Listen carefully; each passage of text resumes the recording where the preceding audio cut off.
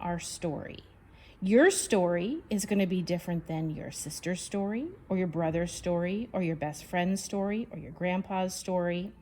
Everybody's story is different. You might know the story of Jack and the Beanstalk.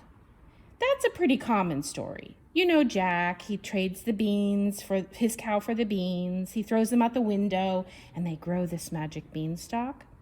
Well, what about the giant's story? What about the beanstalk story?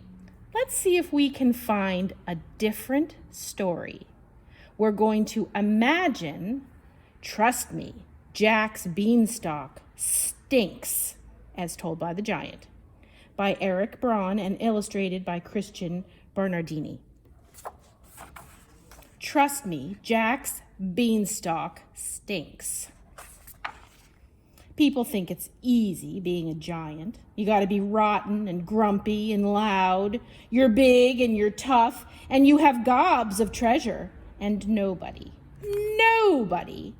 ever tells you to behave.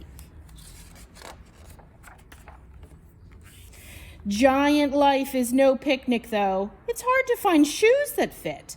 My knees hurt from the weight of my huge body, and I am always hungry. Always. But the worst thing? Well, that's humans. Humans are part of a balanced giant breakfast. But when you're not eating them, well, they're just a real pain. Sometimes they laugh at me behind my back. They call me stinky and fatso.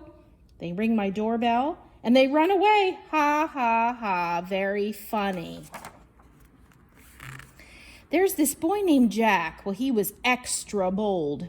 He came up through the clouds one day while I was out gathering a small breakfast. He tricked my wife into feeding him and then hid inside my house. I mean, come on.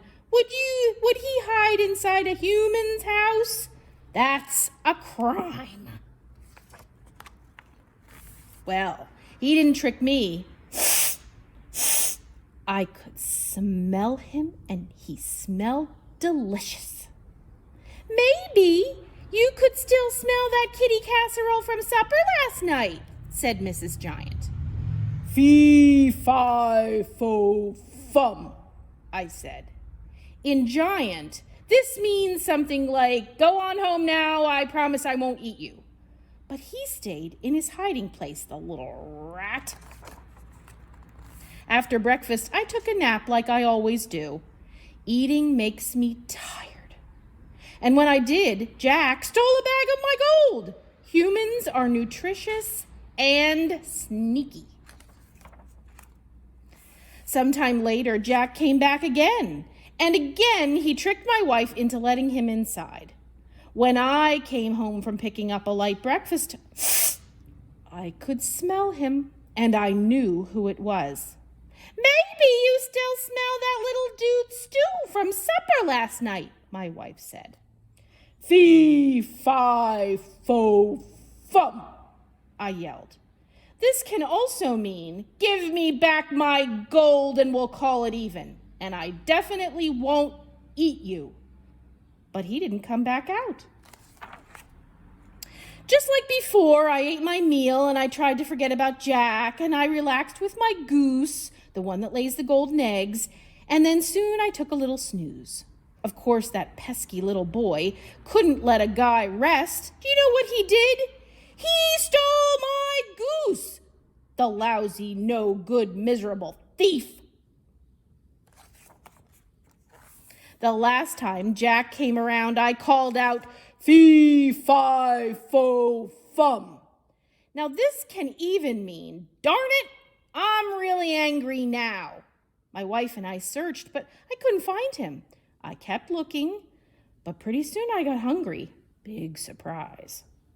After breakfast, I enjoyed some lovely music. My golden harp sang to me, and the sound was even sweeter than the boy berry pie. I rested my eyes a bit, and I finally forgotten about Jack. The next thing I know, my harp is calling, Master! Master!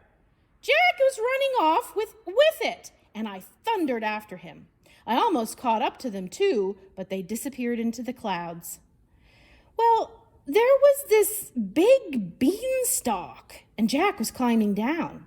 Well, I'm a pretty smart guy. I know a dangerous thing when I see it. I didn't want to go down there. No way. But then my heart called out to me again. So down I went, down, down. The stalk was very wobbly, but I just kept going. The beanstalk shook once, twice, and then toppled over. Jack had chopped it with his axe. I fell and I broke my crown. That's an old-fashioned way of saying that I whacked my head pretty good. Even if you're a big, tough giant, that hurts. My wife and I said that I should just forget about Jack, but sometimes I still look through my hole in the clouds. Jack and his mother got rich selling my golden eggs. They fattened up nicely. Jack got married. My golden harp sang at the wedding. It was a lovely party. I'll tell you one thing. Someday when my crown feels better, I'm going to go down there and get my stuff back. Maybe I'll just grab a little lunch while I'm there. That's the end. See, that's a different way of looking at Jack and the Beanstalk. I wonder if we could grow our own beanstalk. Let's see. Everybody ready to grow their own magic beanstalk? If you stopped at the library, one of the 3 branches, either the main one, the Coolidge branch, or the branch here on the south side, kids would be able to pick up these grab-and-go bags from the curb. Every week we'll be having one of these, and they follow along with our video message for the week. In it is just about everything you need to do our crafts. Let's see what's in this one. Inside are your instructions.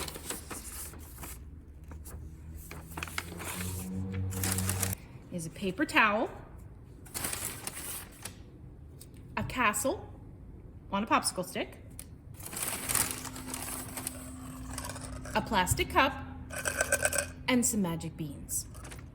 Let's see how we can put together our own magic beanstalk. The instructions here say that we're going to curve our paper towel into a donut shape and slide it into the plastic cup so it covers the sides. It's a little tall for our cup, so I'm going to fold it just a little bit here so it won't stick out. And then I'm going to curve it into a donut shape, like a ring. I'll take my magic beans out, and I'm going to put that into the cup. Voila. The next thing it says, fill the inside of the paper towel with some dirt from your yard. Well, I just happen to have some dirt right here from the outside. You just need a little bit.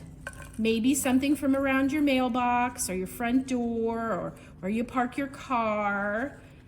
And we're only going to put it inside the paper towel. So like the instructions say, when you look at the cup from the side, you should see the paper towel, and we do.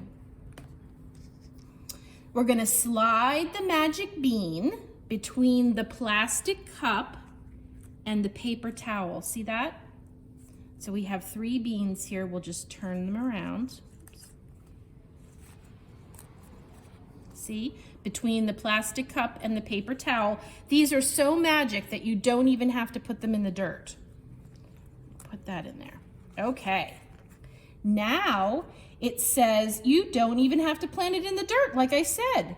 We're going to tape or glue the castle to the popsicle stick, and we're going to stick this into the dirt, just like that.